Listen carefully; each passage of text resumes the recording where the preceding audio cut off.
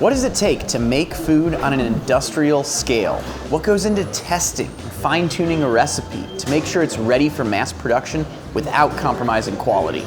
Well, we're about to find out as we take a walk through Marlen International, a food processing equipment manufacturer that's making sure the best cuisine makes it to plates around the world.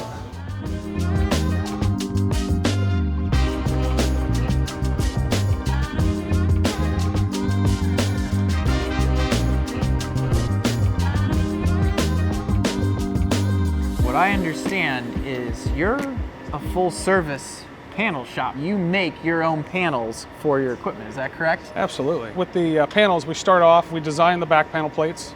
We then send that out to get laser cut and drilled and tapped so all the components can fit on.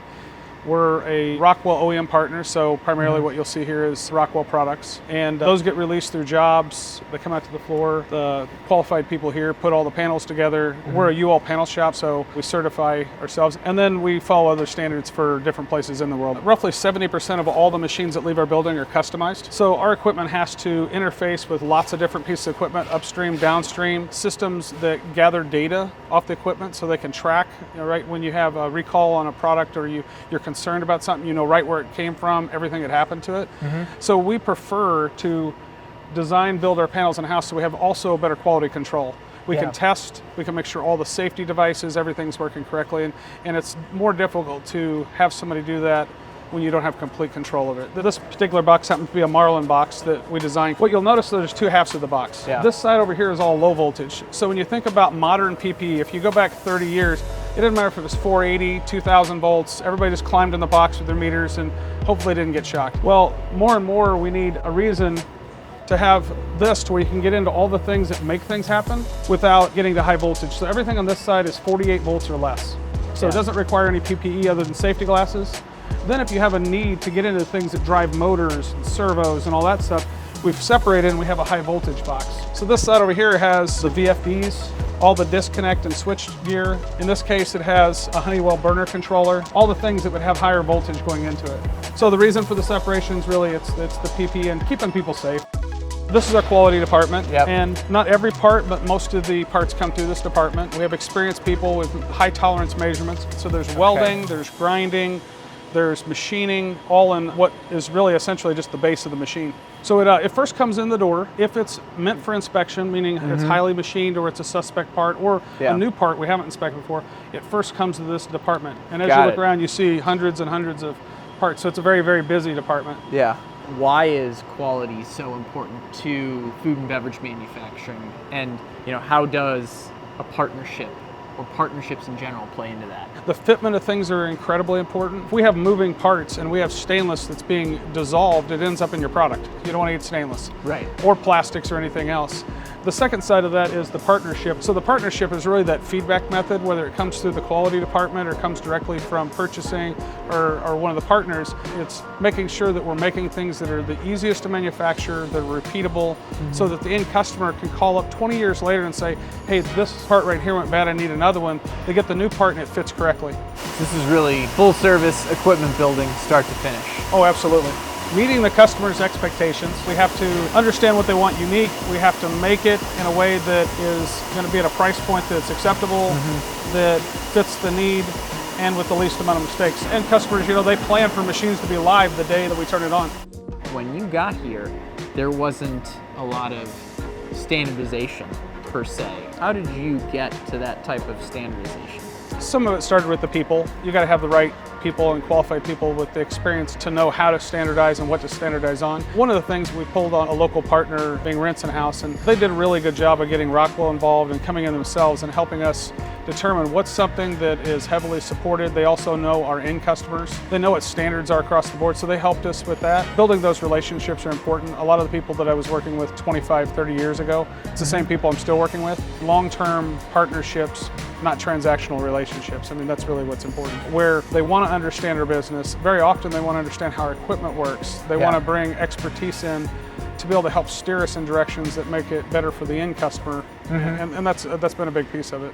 What is it that you do to keep your engineering teams engaged so that way, not only that they're always focused on a project, but that they'll stick around and they'll continue to be a part of Marlen for years to come. The more industries you pull from, if you ask 10 people that only do one thing, you have the same answer every time. You get 10 people from different backgrounds, you get different ideas and how it fits together.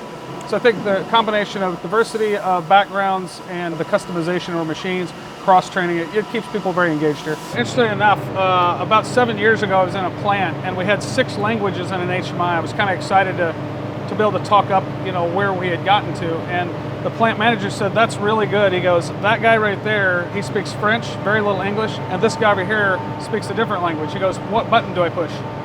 Yeah. And I left that from what was really smart, which is, okay, that's actually a real problem.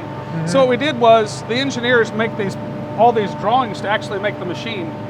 So it takes a lot more effort, but what we did was, other than the recipe, which has to have letters, let's get rid of all the words. Let's make it real objects. And so we just changed state. And if you think about it, an image is universal. There's no language in it. It's just the object you're looking at.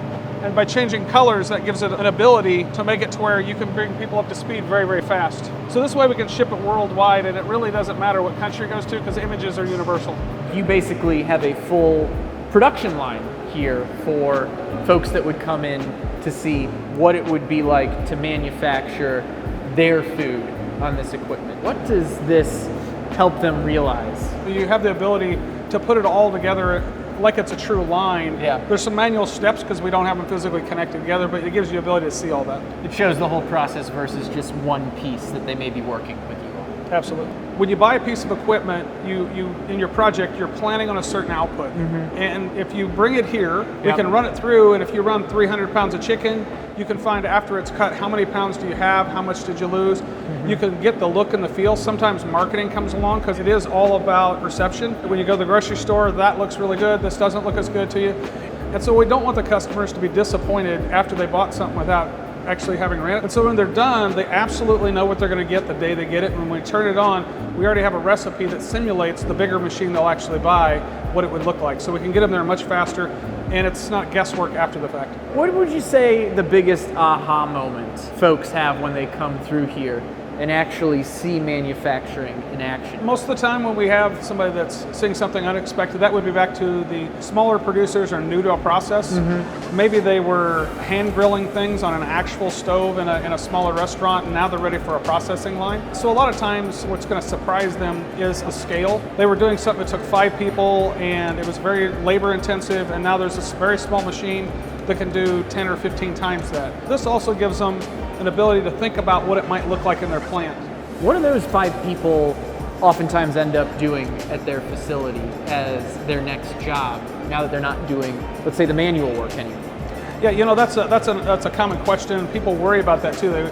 Wow, is this new machine displacing me? Customers are growing, and so they would rather get rid of the tasks that are labor intensive or not ergonomic, go to more process driven so that it can be repeatable and they have the same product every day of the week. And those people move on to the next thing, and there's always another role. Yeah. How do you personally view the work you're doing as having an impact on manufacturing or on the world, really, in the Kansas City food and beverage scene, as well as like on the global food and beverage manufacturing scene? I enjoy it because we get to see lots of different walks of life of a company. The thing that I think we can give a lot of times is we already know our equipment, but you don't know what needs to feed it. And since we go into so many plants, we can make recommendations and help people through that process. Well, Doug, it's pretty cool seeing, how you've made food like a huge passion across your entire life. Professionally, you're bringing food to the world with what you're doing here at Marlen. In your spare time, you're bringing food to Kansas City and the rest of the barbecue scenes where you're doing your competitions. Very neat to see that common thread throughout your life.